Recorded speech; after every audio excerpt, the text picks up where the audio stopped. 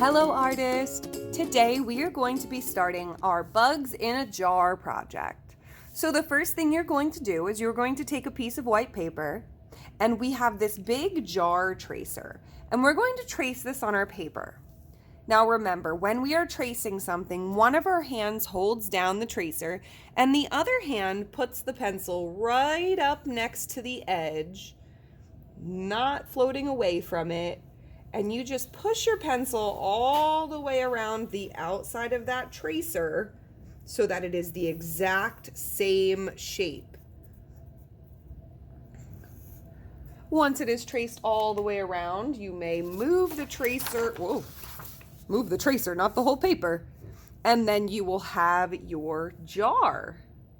Now we are ready to fill our jar with some different bugs.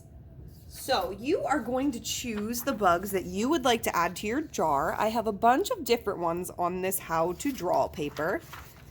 To use this paper, you just need to start at the first box of one of the bugs and follow the steps, adding those parts until your bug looks like the final drawing. I would like you to have at least 3 bugs in your jar, and we also want 3 pieces of nature. Now 3 pieces of nature could be like a twig for your bugs to crawl on, or maybe a leaf. And there's different shape leaves, but that's just the leaf I'm drawing as an example. Maybe you have a rock. Anything you can think of that is not alive and it's nature, we can put in our jar. We're going to make this look like we collected a habitat for our bugs. A habitat is where the bugs would live, so that's why we're adding this nature.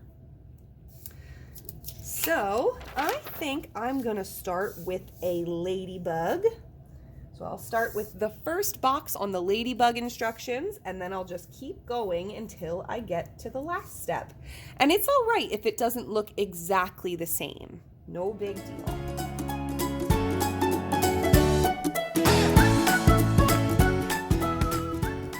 All right, I am not going to color my bug in with my pencil though. Even though it looks like I should keep going, I want that part of my bug to be ladybug colored. I'm gonna make it red when we color this. So I don't want to ruin that by scribbling over it with my pencil. So once the bug is the way it looks and I like it, I'm just going to leave it alone and move on.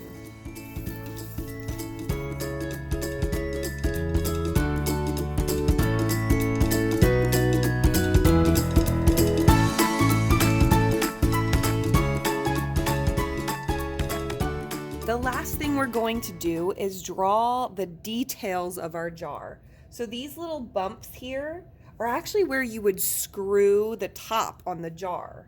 So we're gonna make it look like that bump continues by just drawing 2 little lines that are even with those bumps. Once we are done with all of that, we're gonna double check. Do I have 3 bugs? 1, 2, 3. Do I have 3 pieces of nature?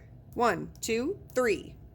You can add more if you'd like, but I wouldn't go too crazy or else you won't have time to color it. So I think I just need a little bit more. I want to add some grass for them to live in. It's just some blades of grass.